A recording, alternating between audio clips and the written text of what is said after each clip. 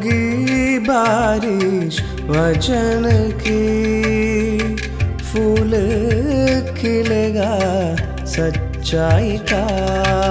सत्यम सत्यम सत्यम सत्यम सत्यम सत्यम सत्यम सत्यम।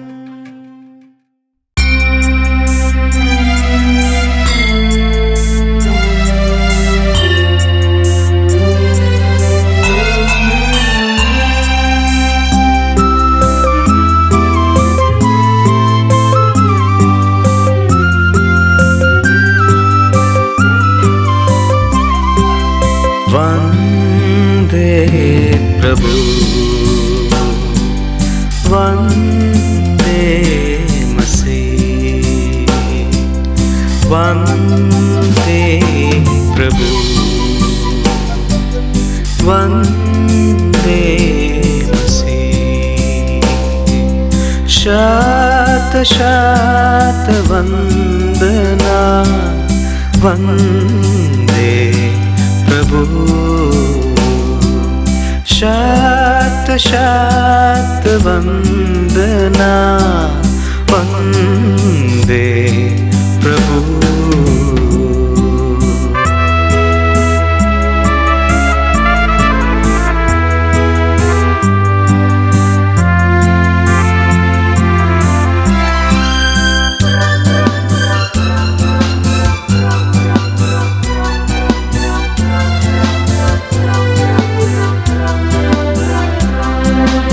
इस शुभ दिन हम अपने को चरणों में तेरे लाते हैं। इस शुभ दिन हम अपने को चरणों में तेरे लाते हैं। इस शुभ घड़ी दोहराते हैं तेरे मधुर वचन को। इस शुभ घड़ी दोहराते हैं तेरे मधुर वचन को। वंदे प्रभु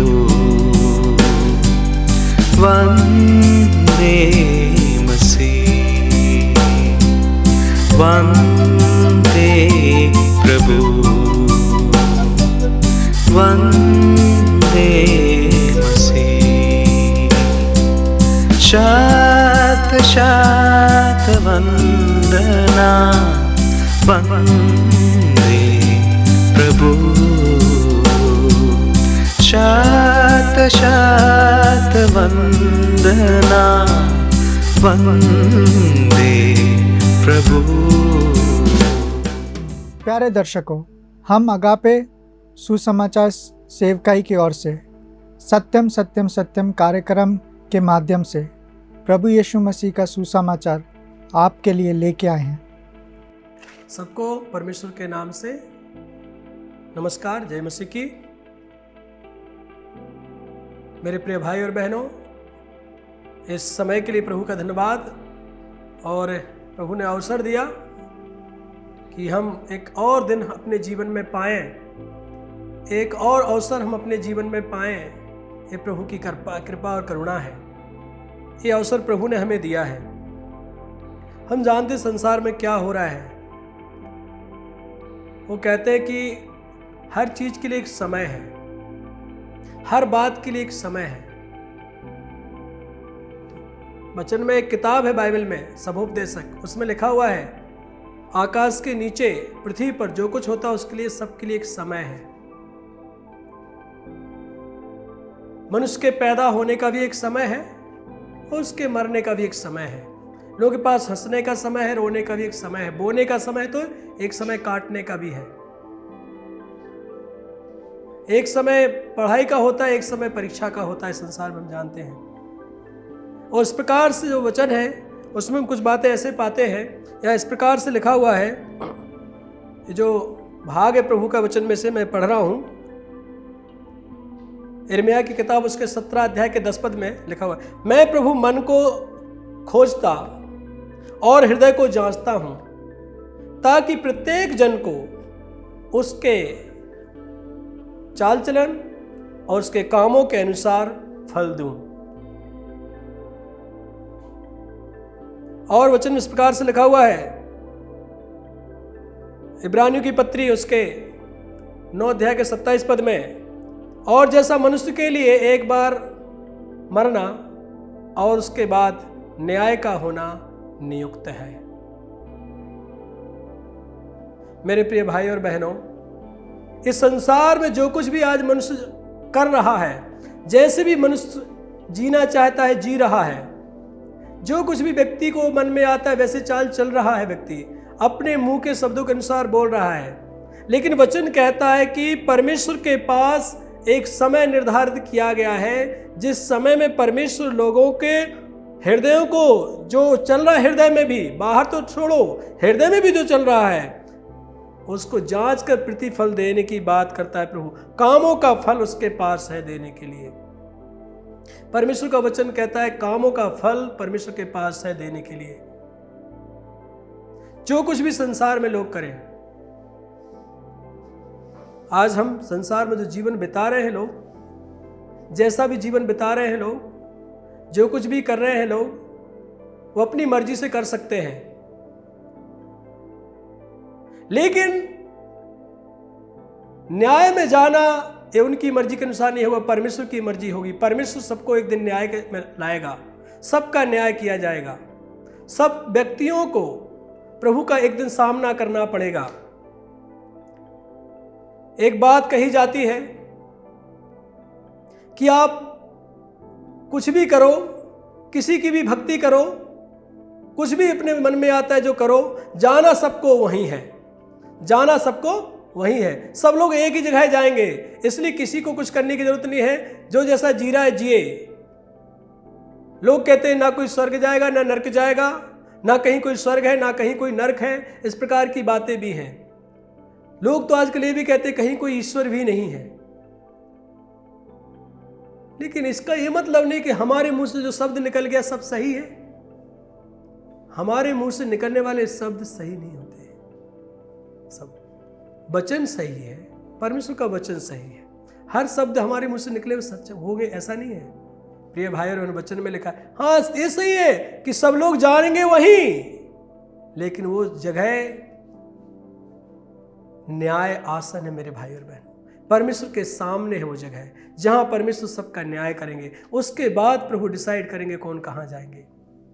प्रिय भाई और बहनों, वचन हमें सिखाता है हम सावधान रहे। ये भाग मैंने क्यों लिया? ये भाग हमको एक चेतावनी के तौर पे, एक आगाह करने के तौर पे, हमको ये भाग एक समझाइश के तौर पे, ये भाग हमको बैठ के सोचने के लिए है। आजकल का मनुष्य मालूम कैसे हो गया है? एक प्रोग्राम्ड मशीन की तरह हो गया है, एक मशीन के जैसे बन गया है। करते जाओ, काम करते जाओ, जो मन में आता है करते जाओ। एक समय निर्धारित कर दिया, काम करना है, पैसे कमाना है, बच्चे पैदा करना है, शादी घर बनाना है, फिर बच्चों की शादी विवाह करना है। इस प्रकार से एक मनुष्य ने क्या एक मशीन के जैसे जीवन जीना शुरू कर दिया है लोगों ने। लोग चले जा रहे हैं, दुनिया में लोग भागे जा रहे हैं। लोगों के पास कोई टाइम नहीं है। कोई भी लोग कभी बैठ के या खड़े होके या थोड़ा रुक के सोचने को मजबूर नहीं है। सोचने के लिए उनके पास टाइम नहीं है। वो जैसा आता है लोग चले जा रहे हैं। क्या देखते हैं आप अपने चारों तरफ? क्या देखते कई बार आप अपने घर में? क्या देखते हैं हम कई बार अपने रिश्तेदारों में, इवन अपने स्वयं के जीवन में? क्या लोग एक मशीन के जैसे नहीं बन गए? कुछ लोगों ने अपने आप को एक मशीन बना दिया पैसे कमाने के लिए। कुछ लोगों ने अपने आप को एक मशीन बना दिया सिर्फ बुराई करने के लिए। कुछ लोगों ने अपने आप को मशीन बनाया कुछ दूसरा काम करने के लिए। क्या कभी रुक के सोचेंगे? मशीन तो रुक के नहीं सोचती। मेरे प्रिय भाई और बहनों, हम इंसान हैं, हम मशीन नहीं है। हम एक यंत्र नहीं है जो इस धातुओं से बनाया गया हो। हमको परमेश्वर ने मनुष्य बनाया है। हमारे पास एक सोचने की क्षमता दी गई है, सुनने के लिए कान दिए गए हैं, चीजों को देखने के लिए, परखने के लिए हमको आंखें दी गई हैं, निर्णय लेने की हमारे अंदर एक क्षमता दी गई है। हम क्या कर रहे हैं? क्या कर रहे हैं आज लोग? फिर बाहर मत सोचिए, कभी कभी अपने पास ही सोचिए, हम जहां हैं वहां सोचे हम क्या कर रहे हैं लोग, किन चीजों में लोग फंसे हुए हैं। ऐसा लगता है कि दुनिया चली आ रही और चली जाएगी, कहीं कुछ होने वाला नहीं है। वचन में लिखा है एक दिन है, प्रभु ने ठहराया है। वो दिन में वचन कहता है, प्रभु हृदय को खोजता है, जांचता है। यद्यपि मन में भी क्या चल रहा है मेरे और आपके प्रभु जांचते हैं, उसको जानते हैं। और हर एक व्यक्ति को, जो आज से 1000 साल पहले आया था वो, और जो आज से 1000 साल यदि बाद में दुनिया रहेगी तो वो, सबके मनों को प्रभु जांचते हैं और सबको प्रतिफल देने के लिए परमेश्वर के पास है, उनके चाल चलन के अनुसार और कामों के अनुसार। जैसी चाल लोग चल रहे हैं, जैसे काम लोग कर रहे हैं, हर एक चाल, हर एक काम का एक प्रतिफल ठहराया गया है। क्या लगता है कि नहीं होगा समय? है एक समय। वचन को हम पढ़ते तब जानते हैं हम कहाँ हैं, हमारे लिए हम जाने हम हैं कहाँ आज। प्रिय भाई और बहनों, परखें, हम न्याय की तरफ बढ़ रहे हैं। कहाँ बढ़ रहे हैं? ये वचनों को बताते हर इंसान न्याय की तरफ बढ़ रहा है। एक दिन न्याय के सामने जाने वाला है, न्याय के तरफ जा रहा है, न्याय किया जाएगा। न्याय सिंहासन की तरफ जा रहा है काम करके। यद्यपि मृत्यु के बाद कहाँ पहुंचेंगे? न्याय सिंहासन के सामने। वचन में लिखा है एक दिन ठहराया गया मनुष्य के लिए, एक बार मरना है, उसके बाद न्याय का होना तय किया जा चुका है। न्याय है। कई लोग कहते कुछ न्याय नहीं है। यद्यपि कुछ बाइबल को पढ़ने वाले लोग कहते हैं परमेश्वर किसी कैसे न्याय नहीं करेगा, सबको प्रभु बचा ही लेगा। प्रभु सबको बचाना चाहता है, वचन में सत्य है। इसलिए तो सबको बचाने के लिए प्रभु ने उपाय रखा है। वो उपाय परमेश्वर अपने पुत्र के द्वारा रखा है। वो उपाय यीशु मसीह की मृत्यु के द्वारा रखा गया है, यीशु मसीह के क्रूस के बलिदान के द्वारा है, यीशु मसीह के तीसरे दिन जी उठने के द्वारा है। ये सब यीशु मसीह ने मनुष्यों के लिए किया, पापी मनुष्यों के लिए किया, उनके अधर्मों के लिए किया, ताकि वो उनके लिए मर के उनको बचाए। हाँ, परमेश्वर सबको बचाना चाहते हैं, मुझे आपको बचाना चाहते हैं। प्रभु नहीं चाहते हम पापों में रहे, कष्टों में रहे, बचाना चाहते हैं। लेकिन लोग ऐसा कहते हैं कि नहीं, परमेश्वर ऐसे ही बचा लेगा।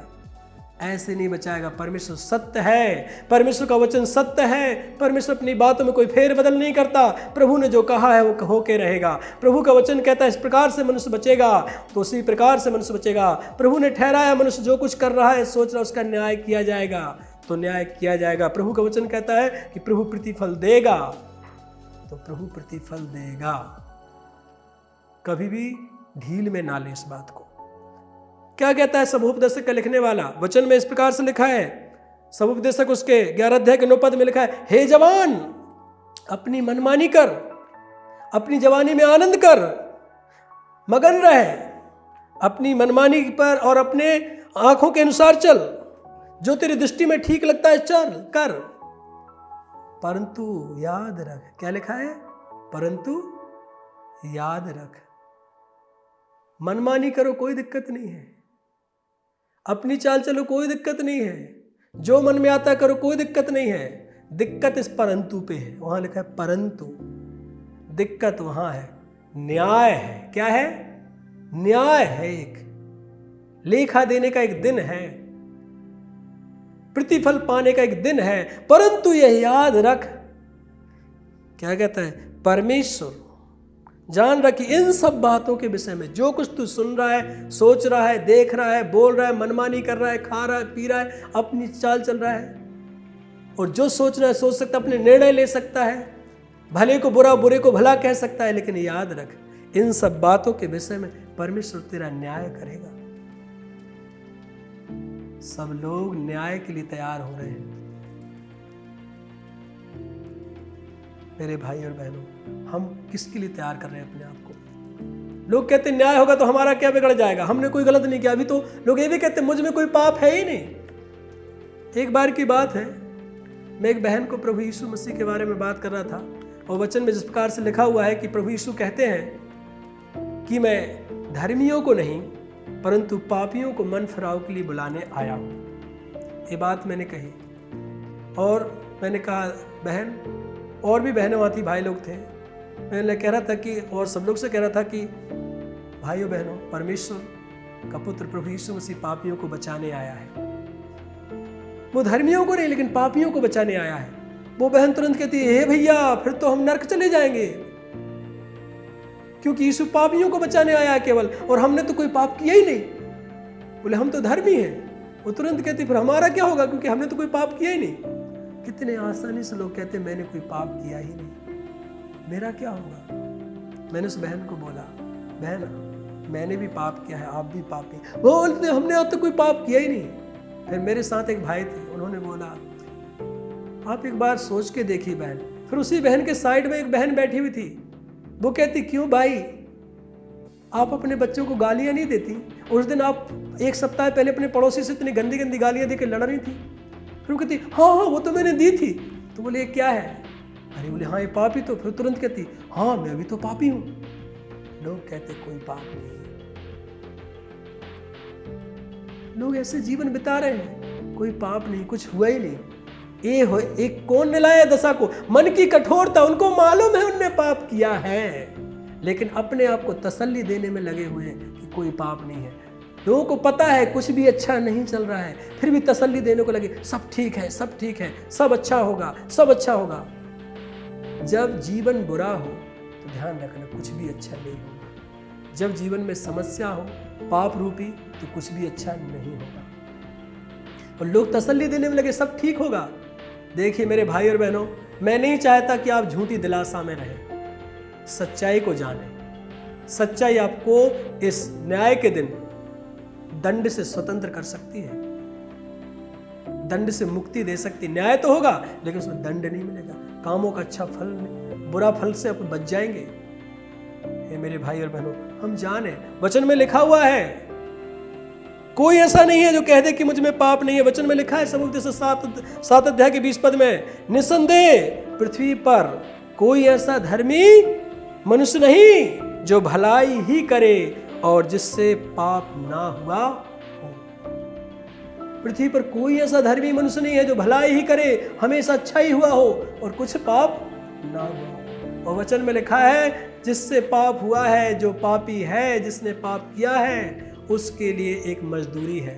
और रोमियो की पत्री 6 अध्याय के 23 पद में लिखा है पाप की मजदूरी का नाम मृत्यु है। यदि हम पापों में जीवन बिता रहे हैं, हम बुराइयों में हैं, हम चोरी, घृणा, ईर्ष्या, निंदा, दुष्कर्म, धोखा, लालच, डाह, लीला क्रीड़ा, मतवालापन, पियक्कड़पन, व्यभिचार, रंगरलियां, गंदे मजाक, गंदा चलचित्र, इस सब में भी हम समय बिता रहे हैं और प्रभु से दूर हैं। ध्यान रखें, एक दिन जो कुछ हमने देखा, जो कुछ हमने सुना, जो कुछ हमने बोला, जो कुछ हमने मन में चाहा, उन सब के विषय में हमने जानना है कि मनुष्य का हृदय परमेश्वर परखता है, उसको जांचता है, उसका लेखा लेगा।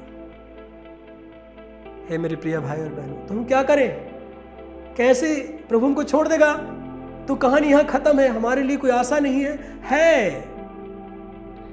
ये संदेश आज आपके लिए है, मेरे लिए, जैसे लोगों के लिए भी था। मैंने विश्वास किया आज संसार के उन लोगों के लिए है जो नाना प्रकार के पापों में, अधर्मों में जीवन बिता रहे हैं। उन लोगों के लिए जिनके पास कोई आशा नहीं है, उन सब लोगों के लिए जो न्याय के लिए तैयार हो रहे हैं।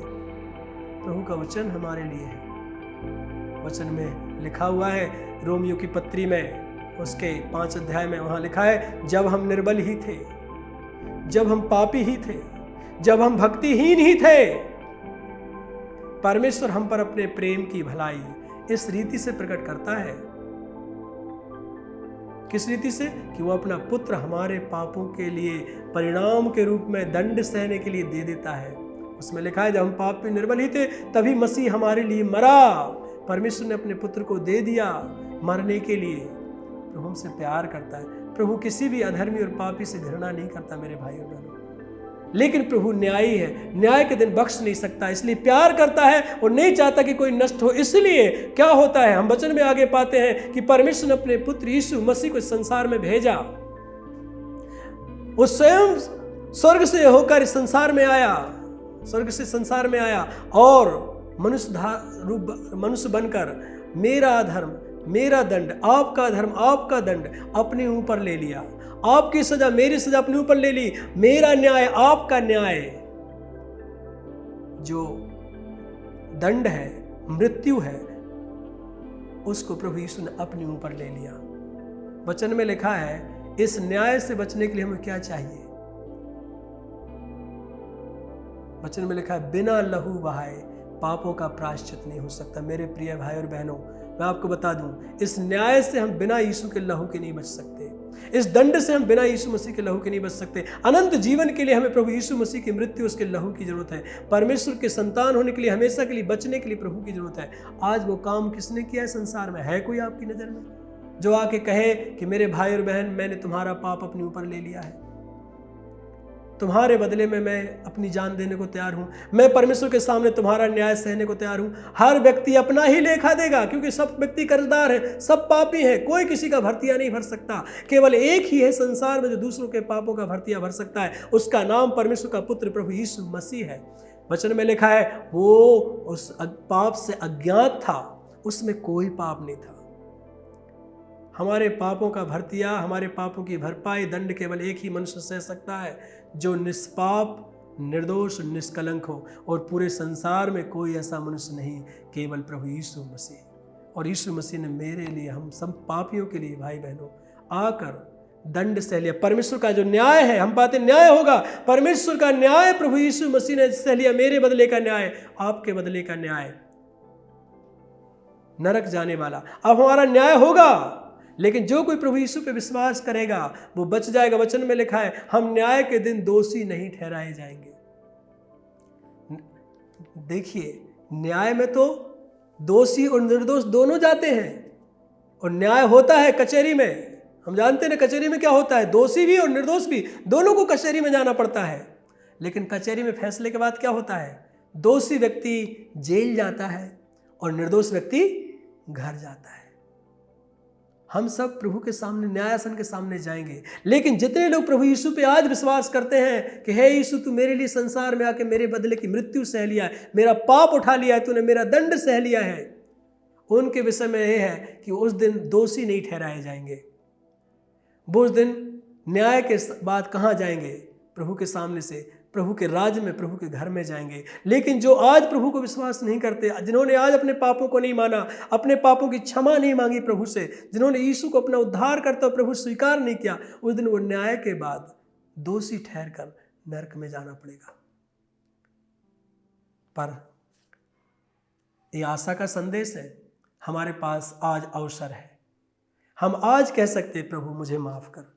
कुछ नहीं लगना है, ना कोई पैसा लगेगा, ना आपकी कोई ताकत लगेगी, ना आपका कुछ खर्चा होगा, ना उसमें आपको बहुत बुद्धि और ज्ञान की जरूरत है, ना आपको कहीं लंबी यात्राएं करने की जरूरत है। आप जहां बैठे हैं, जहां खड़े हैं, जहां से सुन रहे हैं, जिस किसी भी दशा में आप बीमार हैं, अच्छे हैं, चंगे हैं, हष्टपुष्ट हैं, जैसे भी हैं या निर्बल हैं, वचन कहता है आप कितने भी बड़े पापी क्यों ना हो, आप जिस दशा में एक बार प्रभु से कहें, प्रभु मैं विश्वास करता हूं कि मैं पापी हूं, मैं विश्वास करता हूं कि मैं न्याय में दोषी ठहरूंगा, लेकिन मेरे दोष को उठाने के लिए आपने अपने पुत्र यीशु को भेजा, जो मेरे लिए इस संसार में आके अपना प्राण दे दिया है। यीशु मसीह की मृत्यु मेरे जीवन की शुरुआत है। यीशु मसीह की मृत्यु मेरे पापों की भरपाई है।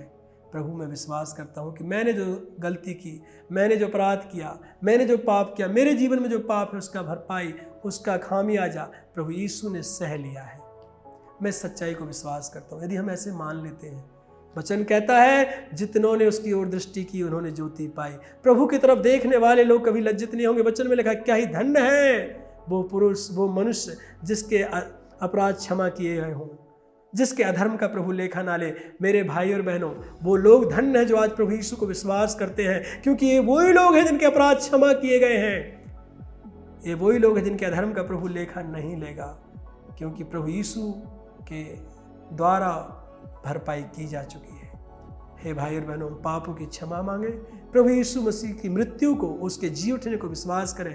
कि वो सोचिए, यीशु मसीह संसार में चमत्कार करने नहीं आए, वो आपके गुनाहों की सजा सहने आए और उन्हें सह ली है और मर के जी उठे हैं। आज भी यीशु जिंदा है। आप यदि विश्वास करते हैं, आपके लिए आनंद है।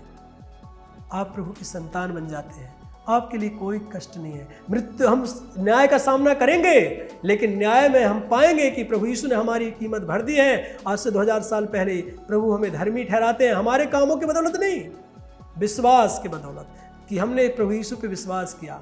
उस काम के बदौलत जो यीशु ने हमारे लिए क्रूस पर किया, यीशु मसीह की मृत्यु को देखकर परमेश्वर हमको माफ़ करते कि हाँ, यीशु ने इनकी सज़ा सह ली है। पाप की सज़ा कितने बार मिलेगी गुनहगारों के? गुनाह की सज़ा एक बार, और वो सज़ा यीशु ने सह ली है। हमको कुछ नहीं करना है, सिर्फ विश्वास करना है। मन में विश्वास करें, हृदय में विश्वास रखें, मुंह से अंगीकार कहें और एक निर्णय लें। आज ही एक निर्णय लें कि प्रभु मैं विश्वास करता हूँ, यीशु तू मेरा प्रभु है, तू मेरा मालिक है, तू मेरा चरवाहा, तू मेरा स्वामी है। आज से तू मेरा जीवन का मालिक रहेगा, मैं तेरे पीछे चलूँगा, क्योंकि मेरे जीवन को तूने खरीदा अपनी जान देकर। वचन में लिखा है, तुम अपने नहीं हो, तुम दाम देकर मोल लिए गए हो। जितने लोग प्रभु यीशु पे विश्वास करते हैं वो प्रभु के हो गए हैं। प्रभु ने उनको बचाने की कीमत चुका दी है, वो बच गए लोग हैं। आप स्वर्ग में जाके न्याय के बाद नहीं बचेंगे, आप अभी बच गए, न्याय में आप निर्दोष ठहरेंगे एक दिन। प्रभु आप सबको सहायता करें। विश्वास कीजिए मेरे भाई बहनों, हृदय कठोर मत कीजिए, चीज़ों को, बातों को हल्के में ना लें। ये अवसर को बहुमूल्य समझो। वचन में लिखा है, अवसर को बहुमूल्य समझो, क्योंकि दिन बुरे हैं, न्याय के दिन आने वाले हैं, दिन बुरे हैं।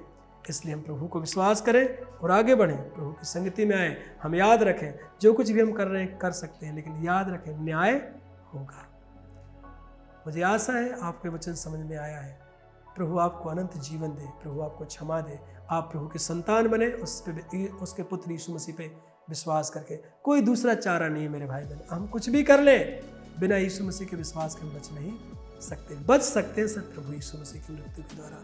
प्रभु आप सबको सहायता करें, प्रभु के नाम की महिमा। आमीन। हम दुआ करेंगे। पवित्र पिता परमेश्वर, अनुग्रहकारी पिता, प्रभु सब मनुष्य पापी हैं, सबको एक दिन न्याय का सामना करना है।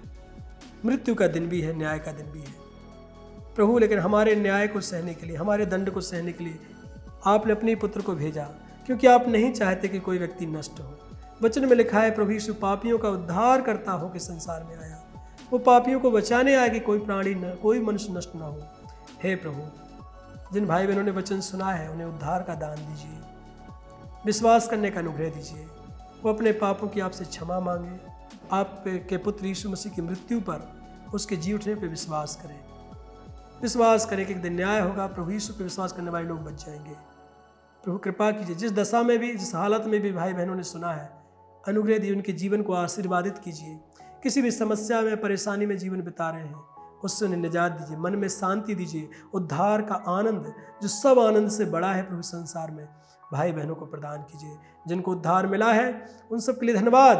वो आप में मगन हो सके प्रभु, सहायता कीजिए, कृपा दीजिए हमारे प्रभु। और भी वचन सुनने के लिए सबको अवसर दीजिए। प्रभु यीशु मसीह नासरी के नाम से हम दुआ करते हैं, आमीन। हम आशा करते हैं कि ये संदेश आपके लिए आशीष का कारण बना है। यदि आप प्रभु यीशु मसीह के बारे में या बाइबल के बातें के विषयों के बारे में अधिक जानकारी लेना चाहते हैं, या आपके समस्या के बारे में आप प्रार्थना रखना चाहते हैं, या कोई सुझाव हमारे पास बताना चाहते हैं, तो हमारे पते पे आप ज़रूर लिखिए। हमारा पता है अगापे गॉस्पेल मिनिस्ट्री, 87 मैत्री नगर, कोलम 691002। हमारा ईमेल आईडी है satyamsatyamai@gmail.com।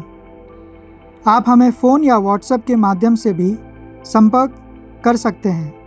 हमारा फ़ोन नंबर है 7898160067 या फिर 9960156585 पर भी संपर्क कर सकते हैं। इस प्रकार के संदेश को और भी सुनने के लिए हमारे YouTube चैनल सत्यम सत्यमय या हमारे Facebook पेज सत्यम सत्यमय पर जाएं। परमेश्वर आप सबको आशीषित करे। होगी बारिश वचन की, फूल खिलेगा सच्चाई का। सत्यम सत्यम सत्यम सत्यम सत्यम सत्यम